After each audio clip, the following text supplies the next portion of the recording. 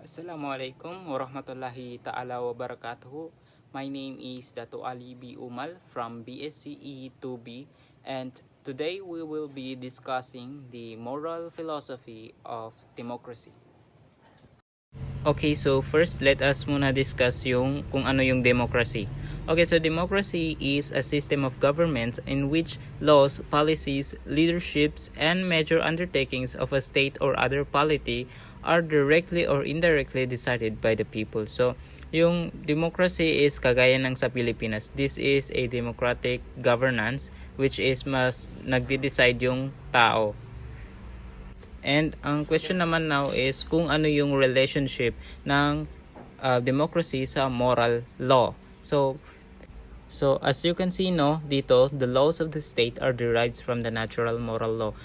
It is not yung moral law ang nagde-derive doon sa state because yung state mismo ang nagde-derive doon sa moral law.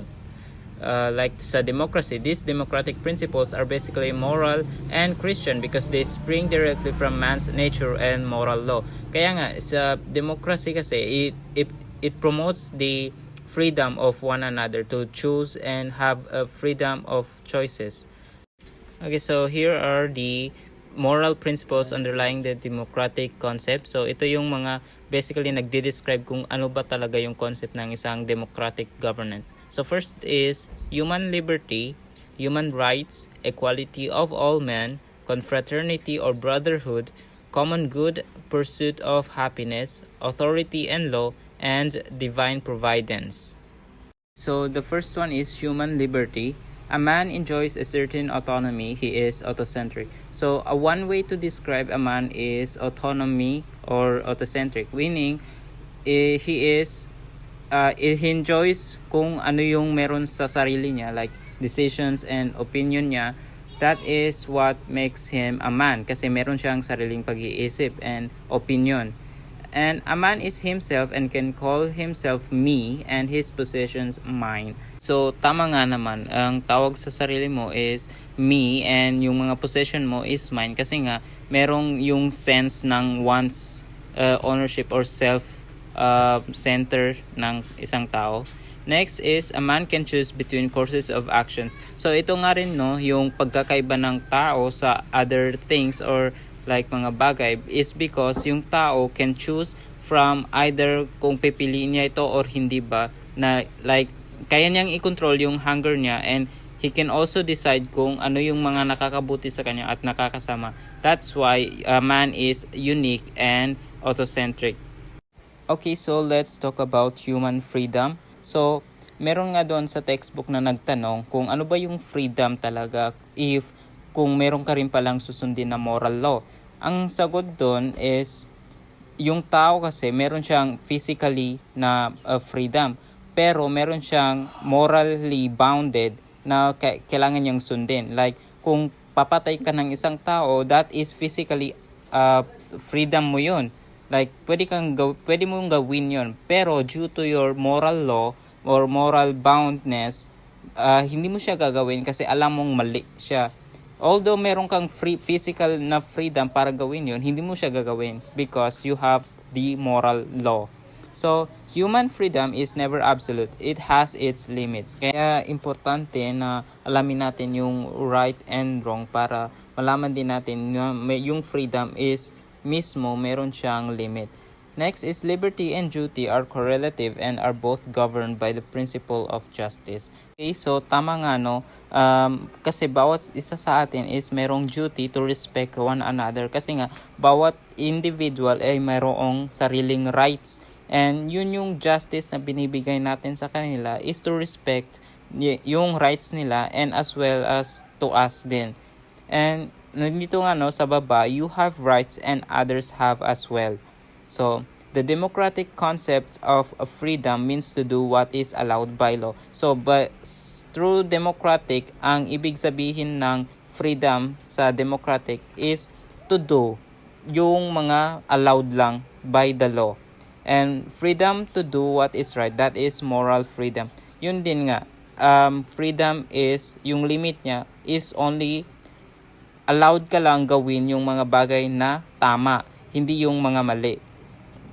Kasi Yun yung limit ng freedom, and what moral freedom teaches us is to do what is right and to do that freely as long as alam mo na tama siya. And that's all. Thank you. Good day, everyone. I am Abdul Hamid Kato. I choose to report the equality of all men and confraternity. Equality of all men. Ang pagtrato sa tao nang dapat ay pantay-pantay. This democratic principle is justified on theoretical grounds by means of the moral and Christian principle, which teaches that each individual, regardless of social or financial status and other distinctions, is a person and such is equal to any person, for all men have the same specific nature, the same origin, and the same destiny. From the Christian point of view, all men come from God and will go back to Him, and therefore all all are brothers and equal for God. So, the concept of equality of all men typically refers to the principle that all human beings are equal in fundamentals, are equal in fundamental worth and should be treated with equal respect and dignity, regardless of differences such as race, gender, ethnicity, religion, or socioeconomic status. This principle is foundational in many societies and is enshrined in various human rights declarations and legal frameworks. So, sinasabi dito na dapat lahat ng tao ay nararapat na matrato ng pantay-pantay. Mapababae man o lalaki, bata man o matanda, kinakailangan na tratuhin ng pantay. Kahit na iba't iba man ang relihiyon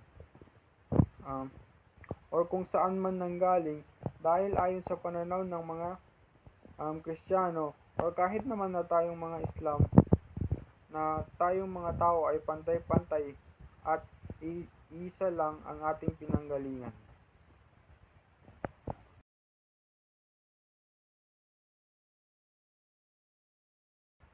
The idea of equality of all men suggests that every individual should have equal rights and opportunities and should be free from discrimination or unfair treatment based on inherent characteristics.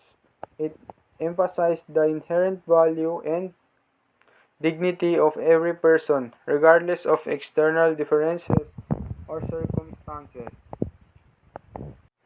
So, sinasabi dito na ang equality of all men ay nagmumungkahi na ang bawat individual ay dapat magkaroon ng pantay na mga karapatan at oportunidad. At dapat na malaya sa diskriminasyon o hindi patas na pagtrato batay sa mga likas na katangian. Binibigyan din nito na ang likas na halaga at dignidad ng bawat tao anuman ang panlabas na pagkakaiba o kalagayan. Confraternity. A confraternity is an association of individuals who come together for religious or charitable purposes, often under the auspices of a particular religious institution such as Catholic Church. These groups have historically played important roles in fostering spiritual growth, supporting members in times of need, and engaging in acts of service for the community.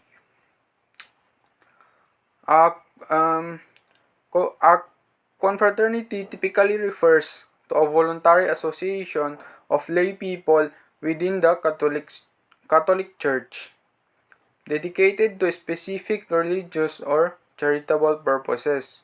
Members of a confraternity come together to pursue spiritual growth, support each other in prayer, and engage in works of charity.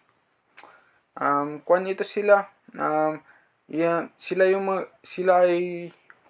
ay grupo ng mga tao. Grupo sila ng mga tao na ang layunin nila is tumulong or sila yung nagsaserve sa simbahan. Lalo na pag may mga event ang simbahan, makikita mo ito sila. So, ang confraternity, iba ito sila sa mga alam natin na fraternity, katulad nung mga yung mga Alpha Kappa or Paro G, hindi ganun. Iba po yung confraternity. Confraternities often have a particular devotion or mission, such as caring for the sick, burying the dead, or promoting a specific religious practice like the rosary. They play a significant role in fostering community and deepening religious life among Catholic laity. Ang kadalasang ginagawa or misyon ng confraternity is ang pag-aalaga sa may mga sakit, paglilibing ng patay, o pagtataguyod ng isang particular na gawaing pangrelihiyon. So ang confraternity is malaki ang papel nila sa pagpapaunlad ng pamayanan at pagpapalalim ng pananampalataya sa kanilang relihiyon. So these are the examples of confraternity. First is the confraternity of the Most Holy Rosary, which dates back to the 15th century. This confraternity was established to promote devotion to the Rosary and to support members in their spiritual lives through prayer and fellowship.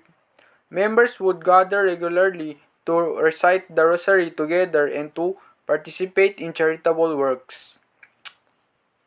So another example is the Confraternity of Christian Doctrine, which is focused on educating children and adults in the faith, particularly in areas where formal religious education may be limited. Confraternity of Christian Doctrine programs often operate within parishes and provide religious instruction to supplement what individuals receive at home. So, hanggang ngayon, confraternities continues to exist today, adapting to modern needs and contexts while remaining rooted in their traditions of faith, service, and community. They serve as tangible expression of solidarity among believers and contribute to the enrichment of religious life and social welfare. And yun lamang po at maraming salamat. Good morning everyone, I am Abdurrahid Tibadang II and my topic is about the authority and law, representative of character of democracy. So the moral power of law is crucial aspect of democracy and good governance. Para siyang backbone that holds everything together. When laws align with natural law, they become morally binding, not just legally. Hindi ito about sa kung sino ang makakapag-rule, but where the authority to make those rules comes from and why it's just justified. It's like saying these laws aren't just rules on paper, they're guidelines for how we should live together as a society. So next is, in what pertains to the anterior's motion of the will, say St. Thomas, man is not bound to obey man but only God, for all men are by nature equal. On which Cajetan comments thus, when you hear that men are equal according to nature, understand it's not of equality of dignity or nobility. For one is found naturally superior to another in mind and body, but rather the equality of power. For no man has any power over another in those things which relate to nature. In other words, equality in a democracy means equality of nature rights. Every man is entitled to these rights which spring from his nature, which rights are the same for all. since all men have the same specific nature and which rights are inherent and inalienable and which therefore should never be taken away by any man of human organization or ever by the state. Slavery is incompatible to Christianity and democracy. Thomas Aquinas strictly limits or even serfdom. A serf, he says, is his master's property in matters superadded to the natural, but in matters of the natural they are equal. So, alright, so Saint Thomas Aquinas is saying that laws aren't just made by people, but also by God. Naniniwala siya na everyone is equal by nature. But then, Cajetan added points. Sabi niya that while we're not all equally noble or superior, we all are equal in terms of power. No one should have power over someone else when it comes to natural things. So, ano ba ibig sabihin nito? In democracy, equality means having the same natural rights. These rights comes from our nature and pantay-pantay para sa lahat because we all share the same nature, and these rights can't be taken away by anyone, not even the state. And according to Aquinas, slavery doesn't fit with Christianity and democracy. He's strict about it. He says a serf might belong to their master in things beyond nature, pero when it comes to natural things, they're equal. Okay, let's focus again on the first slide. The question there is, the first is, though the people when they invest certain men with authority divest themselves of the right to self-government with their authority to rule themselves. The second is, so that once the ruler or rulers have been put in change, the people forfeit their right to self-government since they have transferred the authority to their rulers and therefore possessed by them alone? Or do the people, when they invest certain men with authority, conserve the right and authority to rule themselves? So they possess the rights not only inherently but also permanently as regards the manners in which they submit them to their rules. So imagine democracy like this. You know, when you have a big group project at school and you can't all make decisions together all the time. Well, in democracy, the solutions to that problem is having representatives. These are like the classmates you choose to speak for you and make decisions on your behalf. So when you vote for someone in an election, you are basically saying, hey, you go represent me and make decision for our group. The representatives acts as our stands-ins, kinda of like our deputies, because they are given the authority to make decision based on what we, the people, wants. So even though we can't all be in charge all the time, we still have a say through the people we choose to represent us. So the next is the main points regarding the notion of vicariousness are to be emphasized. The first one is investing rulers the authority. The people in no way surrender their right to self-government. So when we give rulers authority, hindi ibig sabihin nun we lose our right to make decision for ourselves. Parang pinapahiram mo lang ng bike yung kaibigan mo. You're still the owner but your friend gets to ride it for a bit. So the next one is the representative of the people are not merely instruments but rulers invested with real authority or right to govern. Yung mga taong napiling representatives aren't just doing what we tell them. They actually become rulers themselves. The real power para makagawa ng decision. It's like if you let your friend borrow your video games console. They're not just using it. They actually play games and control it. Now, you might wonder, how can we give away authority but still have it? Well, think of it like sharing snack. Pwede kang mag-share sa friend mo but you still have some left for yourself. Moral rights and authority kinda like that. The more we share them with others, the stronger they become for everyone. It's like how sharing love or telling the truth makes those things even more important and powerful. And now, for the second point, let's simplify this. So, when we talk about a representative of the people, it means they have real power to make decision, not just pretend power. Hindi sila puppets lang that are controlled by some magical general will or idea. They're actually rulers chosen by the people. So, now, based sa theory ni Rousseau, who had this idea that everyone only obeys themselves, but that doesn't really explain how rulers can have authority sa theory niya. Rulers pretty much is just boss people around with force, hindi dahil nabigyan sila ng karapatan. But here's the thing, real authority comes with power. If rulers truly have the right to rule, they can make people listen to them. Parang kung paano ka lang pasunodin ng teacher mo sa mga rules because they have the authority to given to them by the school.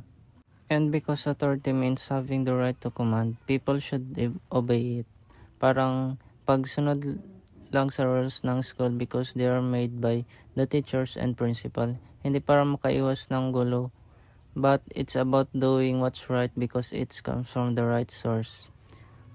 So, and by the same token, without justice, there is no authority. Unjust authority is not an authority. As an unfast, the law is not law at all. At the source of the democratic idea, there is not the desire to obey only oneself, as Rousseau puts it, but rather to obey only because it's just.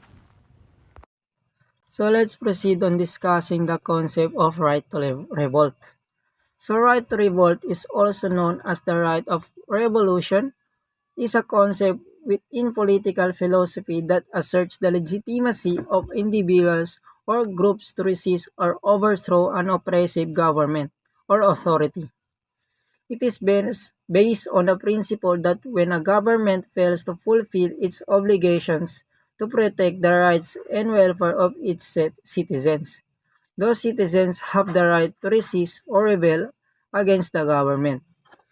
So ang konsepto ng right to revolt o right of revolution ay nangangahulugan na tayong mga mamamayan ay may karapatan na magrebelde o mag-alsa laban sa ating gobyerno na hindi naaayon sa ating mga pangangailangan o prinsipyo. Kinoconsider natin na ang right to revolt ay isang pangunahing prinsipyo sa political philosophy na nagpapahintulot sa ating mga tao na kumilos laban sa pang-aabuso ng kapangyarihan o anumang anyo ng di makatarungang pamamalakad ng pamahalaan. Ang idea ng right to revolt ay nagmula sa paniniwala na ang soberanya ay mula sa mamamayan at hindi lamang ito mula sa gobyerno natin. So ang soberanya at ang karapatan sa pag-alsa o rebellion ay may malalim na connection. Sapagkat ang konsepto ng soberanya ay nagsasaad na ang kapangyarihan ng pamahalaan ay nagmumula sa ating mamamayan. Kung ang pamahalaan ay hindi naaayon sa kagustuhan ng mamamayan o sa kanyang pinamumunuan at hindi na naglilingkod sa ating kapakanan, tayong mga mamamayan ay may karapatan na gamitin ang ating karapatan sa pag-aalsa o right to revolt upang ipaglaban ang ating mga karapatan at magtakda ng isang bagong anyo ng pamahalaan na mas sasang-ayon sa ating mga pangangailangan at prinsipyo. Sa madaling salita, ang soberanya ay ang nagbibigay sa ating bilang mamamayan ng kapangyarihan na magkaroon ng karapatan sa pag-aalsa laban sa hindi maayos na pamamahala ng ating pamahalaan. Ang karapatan sa pag-alsa o right to revolt ay madalas na nangyayari ito sa mga uri ng pamumuno na hindi naaayon sa kagustuhan ng kanyang mga mamamayan, tulad ng diktadorya, korupsyon, pang-aabuso sa kapangyarihan, at iba pang anyo ng hindi makatarungang pamahalaan. Sa ganitong mga sitwasyon, kung ang pinamumunuan ng gobyerno ay hindi na makahanap ng ibang paraan na legal tulad ng pagsasagawa ng peaceful protest at pagsulong ng mga petisyon upang ipahayag ang kanilang mga hinain o upang magbigyan solusyon ang mga suliraning kinakaharap nila at upang maiwasan ang karahasan, ay maaari gamitin nila ang kanilang karapatan sa pag-aalsa upang ipaglaban ang kanilang mga karapatan at magtakda ng pagbabago sa sistema ng pamumuno. So ang EDSA People Power Revolution noong 1986 ay isang halimbawa ng mahusay na pagpapakita ng karapatan sa pag-aalsa o right to revolt sa kasaysayan ng ating bansa. Sa panahong ito, ang mga Pilipino ay nagkaisa sa EDSA upang ipahayag ang kanilang pagkadismaya sa hindi kanais-nais na pamamahala ng isang pinuno. Sa pamamagitan ng malawakang pag-alsa at suporta mula sa iba't ibang sektor ng lipunan, ang People Power Revolution ay nagtagumpay sa pagpapatalsik sa isang hindi kanais-nais na sitwasyon sa pamahalahan at pagtatag ng isang bagong pamahalahan na itinataguyod ang katarungan, kalayaan at demokrasya. Ito ay isang halimbawa ng pagpapakita ng lakas ng mga mamamayan sa paggamit ng kanilang karapatan upang baguhin ang pamumuno at itaguyod ang tunay na kagalingan ng bansa. Sa pamamagitan ng malawakang pagkilos at pagkakaisa, napatunayan ng mga Pilipino na ang kanilang boses at pagkakaisa ay may kakayahan na makamit ang pagbabago at ipagtanggol ang kanilang mga karapatan. So kapag ang problema sa pamamahala ng gobyerno ay hindi na kayang solusyonan sa pamamagitan ng legal na pamamaraan tulad ng sulat o pagbibigay ng petisyon, pagproprotesta at iba pang mga hakbang na legal na naglalayong ipakita ang ating di pagkakasang-ayon o pagtutol sa pamamahala at wala nang nakikitang magandang solusyon kundi ang pag-aalsa laban sa gobyerno, ay pwede natin itong gawin, katwiran na pangsolusyon. Ngunit may iba't ibang kondisyon din tayong tinitignan upang gawing katwiran ang pag-alsa laban sa gobyerno para baguhin ang sistema nito. First, when government has become substantially tyrannical, and that is when it has lost sight of the common good and pursues its own selfish objects to the detriment of its subjects. It means na ang karapatan na mag-alsa laban sa pamahalaan ay tinuturing ng katwiran kapag ang pamahalaan ay hindi na tumutupad sa kanilang tungkulin na itaguyod ang kabutihan ng kanilang mamamayan at sa halip ay nagiging malupit at nagpapakita ng pagiging makasarili. Kapag ang gobyerno ay hindi na naglilingkod sa interes ng kanyang nasasakupan at mas pinipili ang kanilang sariling interes kaysa sa kapakanan ng lahat, nagiging rason ito para sa ating nakumilos upang ipagtanggol ang ating mga karapatan at kalayaan. Second condition is when constitutional procedures of reform and redress must have been tried and failed that no other resort but revolution is left or available. It means na ang karapatan sa revolusyon or right to revolt ay maaari maging isang katwiran kapag ang mga konstitusyonal na pamamaraan ng reforma at paglutas ng suliranin ay hindi na sapat upang solusyonan ang mga mapang-abusong pamamahala. Kapag wala nang ibang paraan kundi ang revolusyon na lamang ang natitira o magagamit, maaaring ituring itong makatarungan na aksyon. Ito ay kadalasan nakikita natin sa mga sitwasyon na ang pamahalaan ay may malawakang katiwalian, pang-aapi o paglabag sa mga batas at karapatan ng kanyang mga mamamayan. Third condition o katwiran upang gamitin natin ang pag-alsa is when there is a reason probability that the revolution will be the successful and not intend greater evils than it seeks to remedy. Sa kondisyon naman na ito, ang karapatan na mag-aklas sa pamahalaan ay maaaring maging isang katuwiran kapag mayroon makatuwiran na posibilidad na magtagumpay ang revolusyon at hindi magdudulot ng mas malalang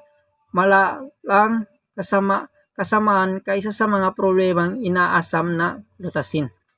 And for the last, when the judgment formed as to the badness of government is not the opinion of private person or of a mere party, but of the great majority of the people, so that it may morally considered as the judgment of the whole community. So it means ang pagkakaroon ng karapatan na mag-alsa ay maaaring gawing katuwiran sa sitwasyon na hindi na lang ang opinyon ng pribadong tao o mga partido, kundi buo o yung karamihan ng mamamayan ang nagkakaisa na ang pamahalaan ay hindi na nagpapagkilos ng tama o naaayon sa kanilang pangangailangan. Assalamualaikum warahmatullahi taala wabarakatuh, and my name is Hussein B. Umal from BSc 2B, and next topic naman sa akin is yung revolution. The great question about civil power is not when it first came to remote antiquity, but when it is now derived and flow continually and as from its source, whether from the consent of the subject as long as it lasts or whether it obtained independently of them. Ang tanong dito is dapat may malawak na saklaw sa filosofiya at politika. Ang ilan ay naniniwala na ang pagbabago sa pamahalaan ay maaring wasto kung ito ay nagmumula sa pangangailangan ng mamamayanan para sa tunay na katarungan at kalayaan. Subalit, mayroong ding ibang na naniniwala na ang pagpapatalsik sa pamahalaan ay maaring magdulot ng karahasan at kaguluhan, at dapat tiyakin na ang mga hakbang na ito ay may suporta at malaking bahagi ng populasyon at may tamang proseso. Next question is, real problem in this question: whether the people have the right to resist their own government when the latter abuse and legitimate power by tyrannous oppression, either by discarding the existing just law or the provision of the Constitution, or by enacting unjust and oppressive law which are harmful to the people. Ang malaking problema dito ito ay kung may karapatan ba ang mga tao na labanan ang kanilang gobyerno kapag ito ay naaabuso ng mga lehitimong kapangyarihan sa pamamagitan ng tiranikong pang-aapi, sa pamamagitan ng balewala sa umiiral na makatarungang batas o provision ng konstitusyon, at sa pamamagitan ng pagtupad ng di makatarungan at mapang-api na mga batas na nakakasama sa mga tao. And next we have in ethics general principle regarding the law of state. Just law bind and conscience and must be obeyed. Unjust law since they are act of violence and tyranny. Sa ethics ay mayroong tayong pangkalahatan alituntunin tungkol sa mga batas ng Estado. Ang makatarungan mga batas ay nag-uugnay sa konsensya at dapat sundin. Ang di makatarungan mga batas dahil sila ay may mga gawa ng karahasan at tiranya ay hindi nag-uugnay sa konsensya at hindi kailangan sundin. The reason is that when law are unjust, they are not according to reason and the natural law. They are perversion of the legal and moral order. Ang dahilan ay dahil kapag ang mga batas ay hindi makatarungan, hindi ito ayon sa katuwiran at likas na batas. Sila ay isang paglalaho ng legal at moral na kaayusan. The very reason why a government exists at all is that attainment of the common good of the people, and unjust law are always in some form or another contrary to the common good and such are destructive of the very purpose and of law. Pinakadahilan kung bakit mayroong pamahalaan na unang lugar ay para sa paggamit ng kabutihan ng lahat ng tao. At ang mga di makatarungang batas ay laging sa isang anyo o iba pa ay labag sa kabutihan lahat ng sa ganon ay sumisira sa mismong layunin ng batas. Ang paglaban sa tiranya at di makatarungang batas ay ang pagtatanggol sa pamamayanan laban sa di makatarungan na aggression, at ito ay pinapayagan sa parehong batayan ng pangangalaga sa sarili. Pinapayagan ang mga mamamayan na magtulungan at magkaisa para sa depensaan ang laban sa di makatarungan atake ng isang pinuno o ng mga kanyang emisaryo. And as such are destructive of the very purpose and law. Nasisira niya yung purpose ng law. And sukran and wassalam. The right to inflict capital punishment refers to the legal authority of a government to execute individuals convicted of a certain crimes. Typically, the most serious offenses such as murder, terrorism, or treason. This right is based on the premise that certain crimes warrant the most severe punishment available, which proponents argue serves as a deterrent and provides a sense of justice to victims and society. For example, in many countries, including the United States, the death penalty is reserved for cases involving particularly egregious crimes. For instance, individuals convicted of premeditated murder or acts of terrorism may face capital punishment. Proponents of the death penalty argue that such extreme measures are necessary to deter future offenders from committing similar acts, to ensure that justice is served for the victims and their families. However, opponents of capital punishment raise concerns about the potential for wrongful convictions, the disproportionate impact on marginalized communities, and ethical considerations. Regarding the sanctity of the life, thus, the right to inflict capital punishment remains contentious issues that continues to be debated worldwide. Let's move on to the examining the ethical and practical implication of capital punishment. Capital punishment, also known as the death penalty, is a contentious issue that has sparked debates globally. This report aims to analyze the ethical consideration and practical implication surrounding the right to inflict capital punishment. Sa madaling salita, ang capital punishment ay ang parusang kamatayan para sa mga krimen. Ito rin daw ay isang pulisya kung saan ang isang tao ay ipapatay ng pamahalaan bilang parusa sa kanilang ginawang krimen. Halimbawa nito ay ang lethal injection sa Estados Unidos para sa mga taong hatulan ng pagpatay. Here are the three ethical considerations. First is human dignity. Capital punishment raises questions about the inherent value and dignity of human life. Supporters argue that some crimes are so heinous that they warrant the ultimate punishment, while opponents contend that every individual possesses an intrinsic right to life that should be respected. Sa madaling salita, ang dignidad ng tao ay ang pagpapahalaga at paggalang sa halaga ng bawat tao bilang individual. Ito ay tumutukoy sa karapatan ng bawat tao na tratuhin ng may dignidad at respeto. Halimbawa nito ay ang karapatan ng bawat tao sa pantay ng pagtingin at pagtrato mula sa lipunan at mula sa lipunan at pamahalaan, pati na rin ang karapatan sa kalayaan, kalusugan at edukasyon. The second ethical consideration is justice and retribution.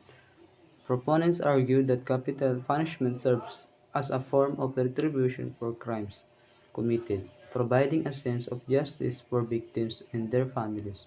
Conversely, opponents question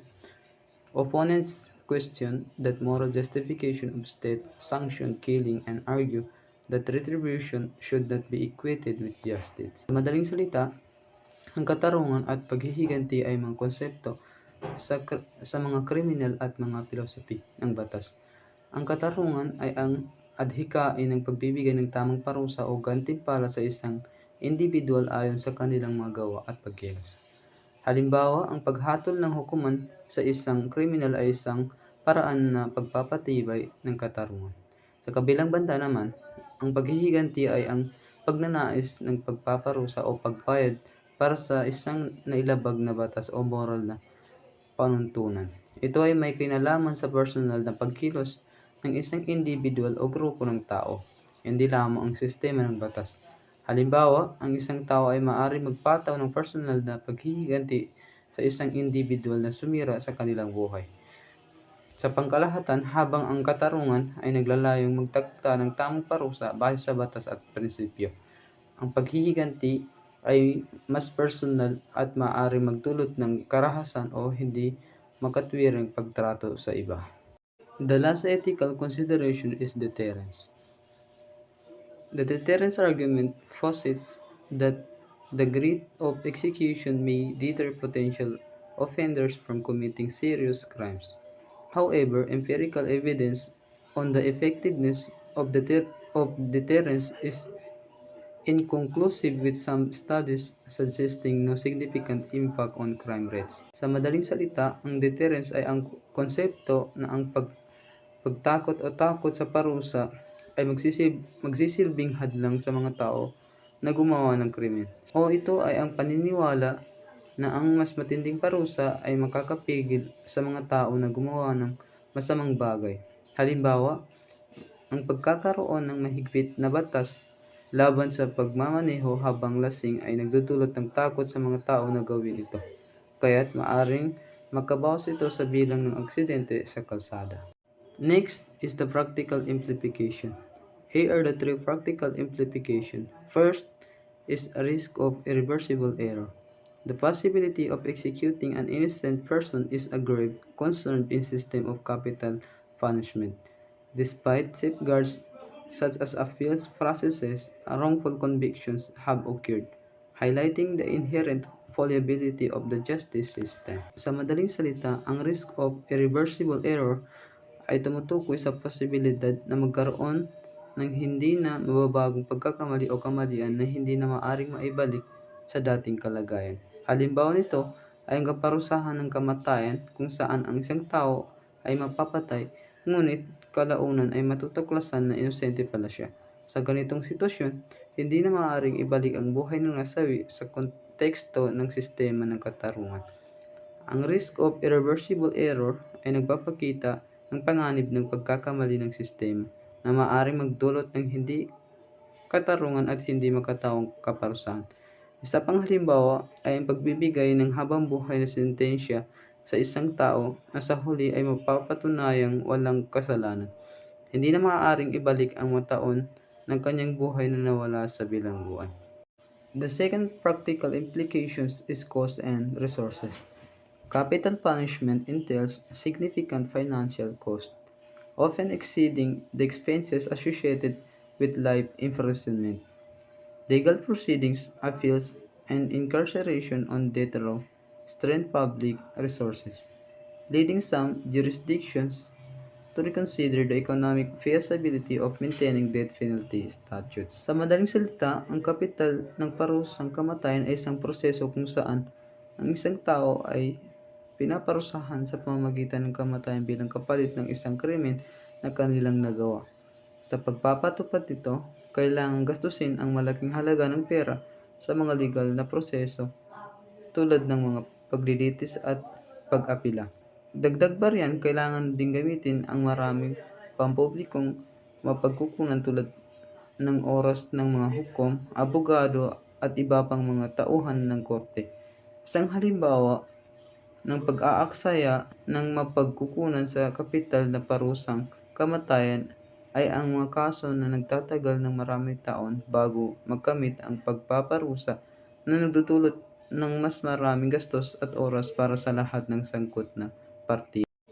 The third practical implications is international perspectives. The use of capital punishment varies widely across countries, with some abolishing it entirely and others retaining it for select crimes. International human rights organization advocates for the universal abolition of the death penalty, citing concerns about human rights violations and disproportionate application. Sa madaling salita, ang parusang pandaigdig sa parusang kamatayan ay isang anyo ng parusa na ipinapataw ng isang bansa sa isang individual na lumalabag sa batas na may malubhang krimen. Ito ay karaniwang iniuugnay sa mga krimen tulad ng pagpatay, droga o terorismo. Halimbawa, sa ilang bansa, ang paggamit ng droga ay maaaring maging basehan para sa parusang kamatayan. Subalit, ang pagsagawa ng parusang ito ay pinag-aaralan at pinagtatalunan sa maraming lugar sa buong mundo dahil sa mga isyu sa karapatang pantao at moralidad. Conclusion, the debate over the right to inflict capital punishment encompasses complex ethical dilemmas and practical challenges. While proponents argue for its deterrent effect and retributive justice, opponents emphasize concern about human rights, the risk of wrongful convictions, and allocation of resources. Ultimately, the decision to retrain or abolish capital punishment requires careful consideration of these factors in the context of each society's values and legal framework. The right to inflict capital punishment refers to the legal authority of a government to execute individuals convicted of certain crimes. Typically, the most serious offenses such as murder, terrorism, or treason. This right based on the premise that certain crimes warrant the most severe punishment available, which proponents argue serves as a deterrent and provides a sense of justice to victims and society.